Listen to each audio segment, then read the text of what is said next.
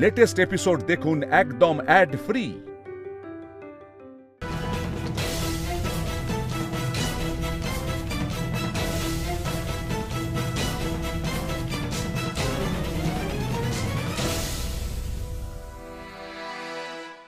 কিন্তু এটা কি করে সম্ভব? ওনার মৃত্যু তো এখন অসম্ভব, কারণ আমার জ্যোতিষবিদ্যা অনুযায়ী এই নিয়তি তো ওনাকে ছাড়া এগোতেই পারবে না।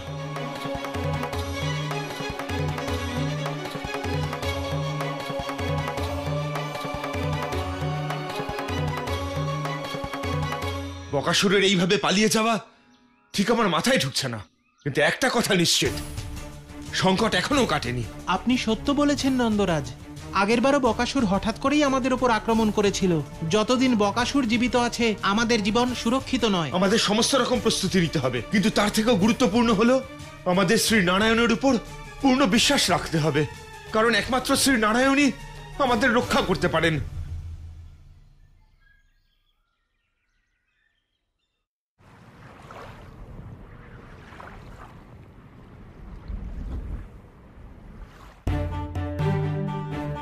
কানাই, বকাসুর যখন পালিয়েছে তখন তুই এত চিন্তা কেন করছিস? সখাদাম, বকাসুর শুধু পালিয়েছে, ওর বিনাশ ঘটেনি।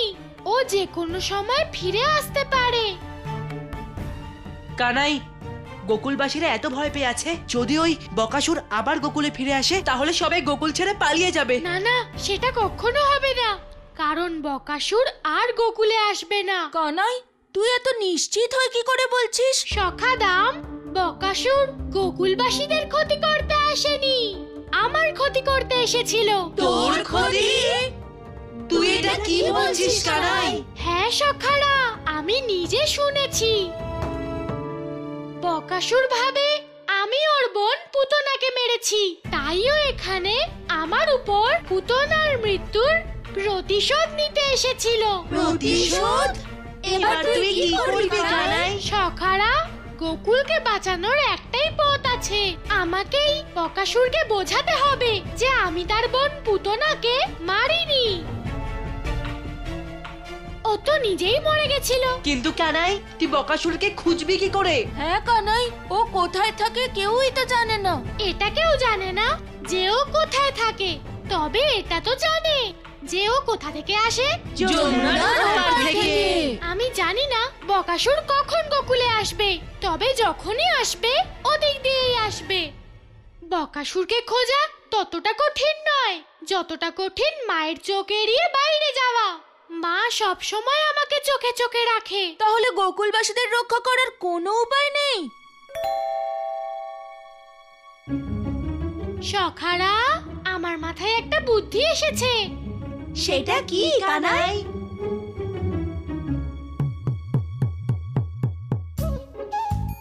এই নে মধু, এই বস্ত্রটা পরে নে। কিন্তু কানাই, আমি তো আগে থেকেই বস্ত্র পরে আছি, তাহলে এটা? আগে পরে নে, তারপর বলছি।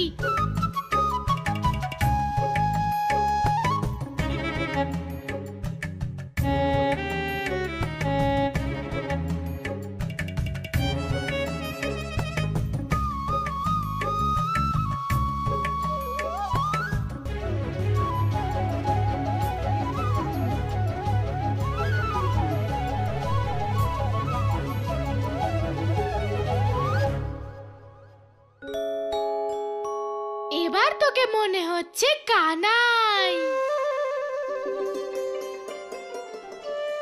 এবার চুপচাপ এসে আমার বিছানায় শুয়ে পড়। কানাই, তুই তোর জায়গায় মধুকে শুয়ে বাইরে যাওয়ার চেষ্টা করছিস, তাই না? তুই একদম ঠিক বুঝেছিস সখা জীবক। কিন্তু কানাই, যদি যশোদা কাকি চলে আসে তাহলে আমি কি বলবো?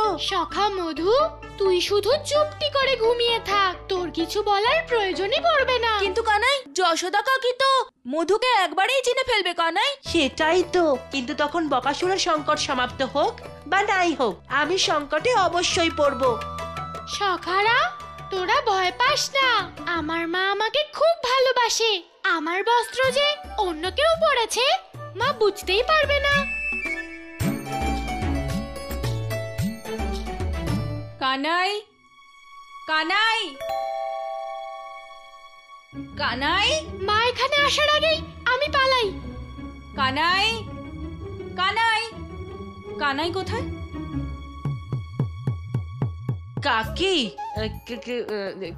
কানাই তো ঘুমোচ্ছে। কানাইয়ের সখারা এখানে আর কানাই ঘুমোচ্ছে, তা কি করে হয়?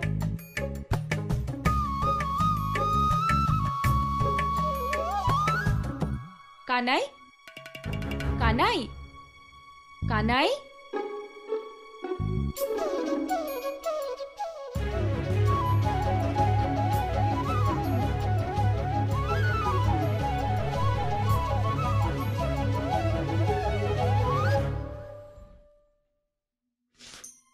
কাকি, কাকি, আমরা কিছু করিনি। কানাই এরকম বলতে বলেছিল। কানাই বলেছিল? কি বলেছিল? ও তো ঘুমোচ্ছে। ও ঘুমোচ্ছে? কোথায়? নিজের কক্ষে, আর কোথায়? আমার মনে হয় তোমরা কানাইকে ছাড়া কিচ্ছু বোঝো না। আচ্ছা শোনো, কানাই এখন ঘুমোচ্ছে। ও নিজে থেকে না উঠলে ওকে ওঠাবে না, ঠিক আছে?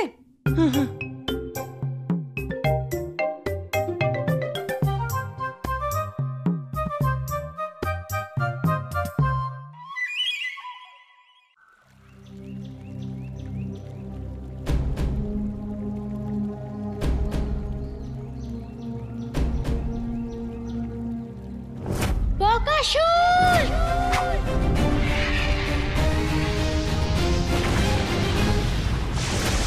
মাটির একটা সাধারণ টুকরো, আর সেটার এত ক্ষমতা!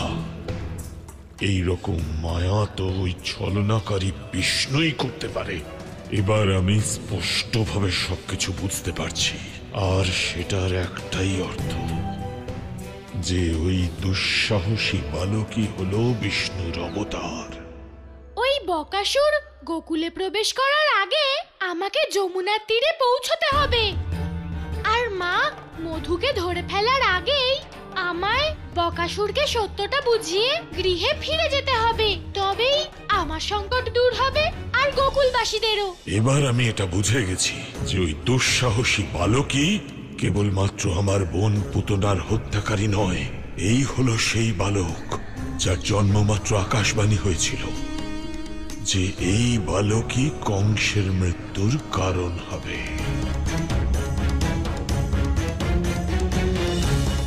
ওহে দেবকীর অষ্টম পুত্র, এখন আমি তোর হত্যা ভগবান কংসের সম্মুখেই করব।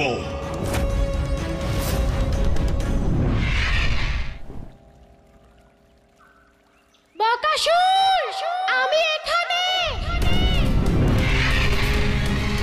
আমাকে খুঁজতে গোকুলে যাওয়ার কোনো প্রয়োজন নেই। দাঁড়াও বকাসুর, আমি তোমার সঙ্গে কথা বলতে চাই।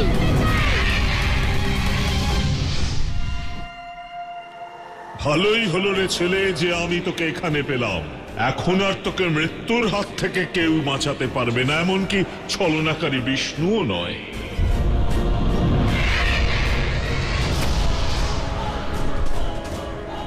ওই দেখো বকাসুর কানাইকে তুলে নিয়ে যাচ্ছে। আরে এক্ষুনি গিয়ে নন্দরাজকে সব বলতে হবে, চলো।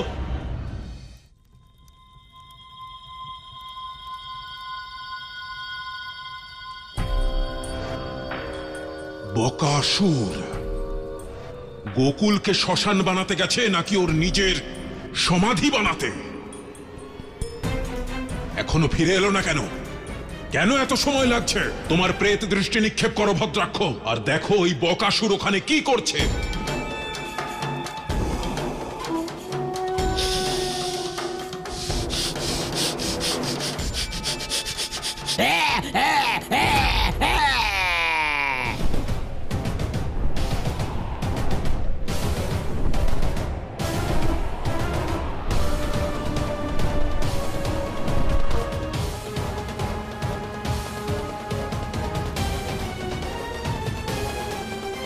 ভগবান বকাসুর নিজের শক্তিশালী থাবায় এক বালককে তুলে মথুরার দিকেই আসছে। বালক? কে ওই বালক? স্পষ্ট দেখতে পাচ্ছি না বালকটি কে, কিন্তু বালক তো বটেই। গোকুলের সর্বনাশ না করে যদি ওই বকাসুর কোনো বালককে নিজের সঙ্গে করে নিয়ে আসে, তাহলে সে অবশ্যই সেই বালক যার জন্য দৈববাণী হয়েছিল। খুব ভালো বকাসুর, খুব ভালো। ভগবান, আমরা তো অন্ধকারে তীর ছুঁড়েছিলাম, কিন্তু দেখছি তীর সঠিক নিশানায় গিয়ে লেগেছে। হ্যাঁ, এবার ছলনাকারী বিষ্ণুর ছলনা, গোকুলের রহস্য আর দেবকীর অষ্টম পুত্র আমার সম্মুখে আসছে। বকাসুর, তুমি আমাকে কোথায় তুলে নিয়ে যাচ্ছ? তুমি যদি আমার সঙ্গে কথা বলতে চাও এখানেই বলতে পারো, আমি তোমার সব সন্দেহ দূর করে দেব। ওহে বালক, আমার সমস্ত সন্দেহ দূর হয়ে গেছে, এখন শুধু তোকে মারাটাই বাকি, সেটাও ভগবান কংসের সামনেই হবে। বকাসুর, সময় নষ্ট করো না, আমি গোকুলের থেকে বেশি দূরে যেতে পারবো না। যদি মা জানতে পারে আমি গৃহে নেই, তাহলে নিজের সঙ্গে সঙ্গে পুরো গোকুলকে চিন্তিত করে তুলবে। তোর মায়ের চিন্তা করাটাই তো স্বাভাবিক রে, কারণ আমি তো তোকে শুধু তোর গৃহ থেকেই নয়, বরং তোর জীবন থেকেই মুক্তি দেব বলে ভাবছি।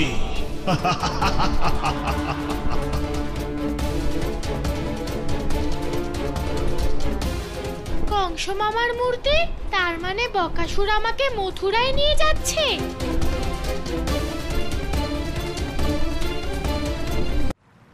প্রভু, এ কি?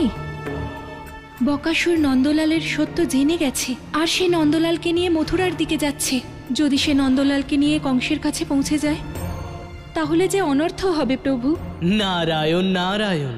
প্রভু, মা সত্যি বলছেন, কিন্তু প্রভু আমি এটা বুঝতে পারছি না যে এই অধর্মী বকাসুর ধর্মের পালক শ্রীকৃষ্ণের ভার কি করে বহন করতে পারছে। দেবর্ষি, বকাসুর অহংকারের বশে বুঝতে এই ভুল করেছে যে সে কানাইকে নিয়ে যাচ্ছে, যদিও সে কেবলমাত্র কানাইকে ততদূর নিয়ে যেতে পারবে যতদূর তার নিয়তি তাকে নিয়ে যেতে চায়। নারায়ণ নারায়ণ। আমি বুঝতে পেরেছি প্রভু, আমি বুঝতে পেরেছি, সবই আপনার অপার লীলা প্রভু। হঠাৎ এসব কি হচ্ছে? আমার যেন মনে হচ্ছে এই বালকের ভার অত্যন্ত বেশি হয়ে যাচ্ছে।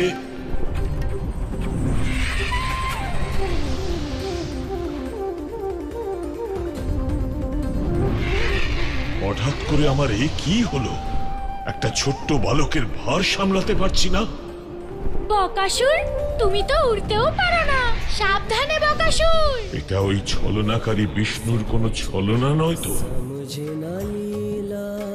प्रभु की बकासुर वेद न पाए पार, এই বালককে নিয়ে আমি তো আর উঠতেও পারছি না। मायापति माया बीमारे, पापी को प्रभु स्वयं ही तारे। বকাসুরের এই সংকট কেবল গোকুলের উপর নয়, পুরো ব্রজভূমির উপরেই।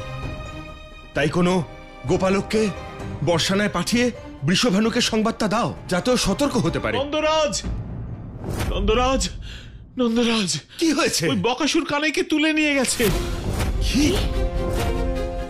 কি বলছেন আপনি?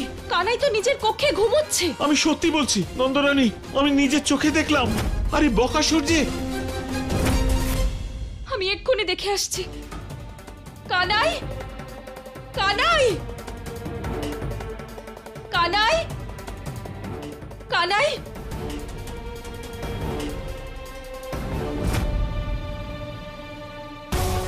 কাকি কাকি, আমরা কিছু করিনি, কানাই এরকম বলতে বলেছিল।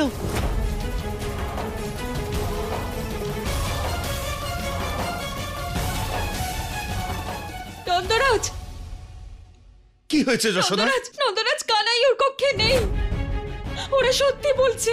কি? কোন দিকে গেছে ওরা? আকাশ পথে মথুরার দিকে গেছে। হে সত্যনারায়ণ, রক্ষা করুন। নন্দরাজ, আমার কানাইকে বাঁচান। ওর যেন কিচ্ছু না হয় যশোদা, নন্দরাজ। ধৈর্য ধরো, কিচ্ছু হবে না আমাদের কানাইয়ের। দামোদর, চলো চলুন।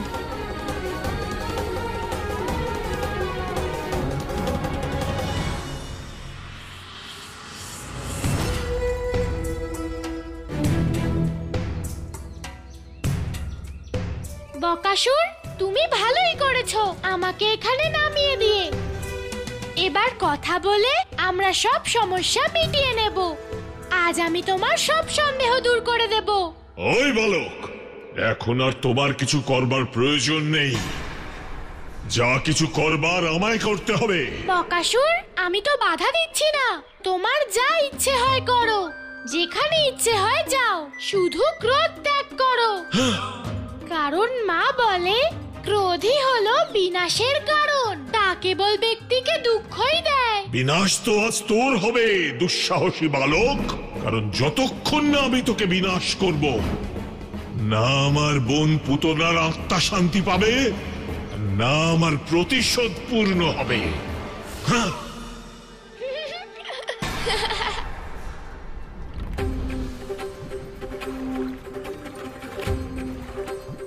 বকাসুর, আমি তো তোমাকে এটাই বোঝাতে চাইছি যে আমাকে হত্যা করেও তোমার প্রতিশোধ পূর্ণ হবে না। আমি পুতনাকে মারিনি, ও তো নিজের পাপ কর্মের কারণে নিজেই মারা গেছে। আমি তোর ভালোর জন্যই বলেছিলাম, এখন যেমন তোমার ভালোর জন্য বলছি। নারায়ণ নারায়ণ। প্রভু, কত সরল ভাবে নন্দলাল কত গভীর কথা বলছে। ও সর্বদা চরাচরের সব জীবের মঙ্গল কামনাই করে। আপনি সত্য বলছেন দেবর্ষি। না কেউ ভগবানের মিত্র হয়, আর না কেউ শত্রু। তার কাছে সমস্ত প্রাণীর রূপ একই হয়। তাদেরকে তিনি ধর্মের পথে চালনা করার চেষ্টা করেন। নারায়ণ নারায়ণ। সত্য বলেছেন প্রভু, সত্য বলেছেন। এখন দেখার বিষয় এটাই যে পরম অবতার পরমেশ্বরের এই করুণার সুযোগ বকাসুর ঠিক কিভাবে কাজে লাগাতে পারে। দুঃসাহসী বালক, তুই তোর কথা দিয়ে আমার মন ভোলাস না। ওহো বকাসুর, আমি ছলনা করছি না, আমি শুধু সত্যটা বোঝানোর চেষ্টা করছি। তোর চেষ্টা কি আদৌ শেষ হয়েছে, না আরো কিছু বাকি আছে? যা বলার ছিল তা তো বলে দিয়েছি, এবার আমি যাই। মা আমার জন্য অপেক্ষা করে আছে। দাঁড়া বলছি। এখন সত্য বোঝাবার পালা হলো আমার, আর সত্য হলো এটাই যে তুই আমার আহার হবি রে।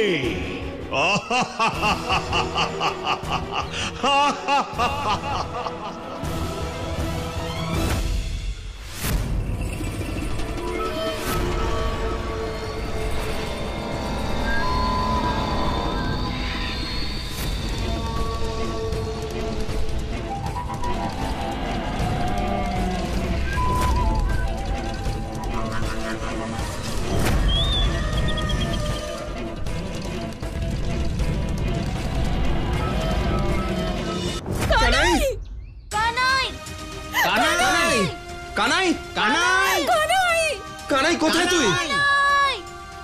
কানাই, কানাই, কানাই, কানাই, নন্দরাজ, কানাই, আমার কানাই কোথায়? যদি আমার কানাইয়ের কিছু হয় আমি কিন্তু বাঁচবো না নন্দরাজ। ধৈর্য ধরো যশোদা, নারায়ণ আমাদের কানাইয়ের কোনো ক্ষতি হতে দেবেন না। কানাই, কানাই, কানাই,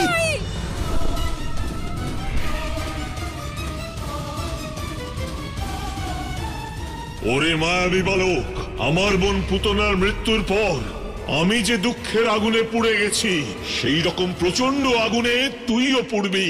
বকাসুরের উদরে অগ্নিকুণ্ড, এবার বুঝতে পারছি বকাসুর গোকুলবাসীদের ওপর আগুন কোথা থেকে নিক্ষেপ করছিল। কিন্তু এখান থেকে বেরোবো কি করে? এখানে তো চারিদিকে আগুন জ্বলছে।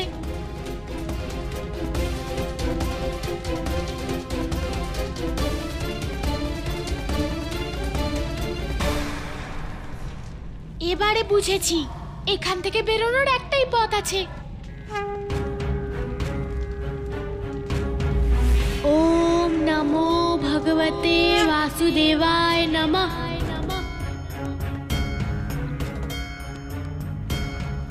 ओम नमो भगवते वासुदेवाय नमः। ओम नमो भगवते वासुदेवाय नमः। এই আমার কি হলো? আমারই আগুন আমাকে জ্বালাচ্ছে, পোড়াচ্ছে। ओम नमो भगवते वासुदेवाय नमः। নারায়ণ নারায়ণ, যে পবিত্র মন্ত্র উচ্চারণের ধ্বনি পুতনা সহ্য করতে পারেনি, আজ সেই পরমাবতারকে বকাসুর নিজের উদরে ধারণ করেছে। কিন্তু প্রভু, অধর্মের এত শক্তি কোথায় যে ধর্মের পবিত্র অগ্নিকে সহ্য করতে পারবে? আপনি সত্য বলছেন দেবর্ষি। যখনই অধর্ম ধর্মকে পরাস্ত করার চেষ্টা করবে, তখন তার সেই অবস্থা হবে যা এখন বকাসুরের হচ্ছে। ओम नमो भगवते वासुदेवाय नमः। ओम नमो भगवते वासुदेवाय नमः। ओम नमो भगवते वासुदेवाय नमः।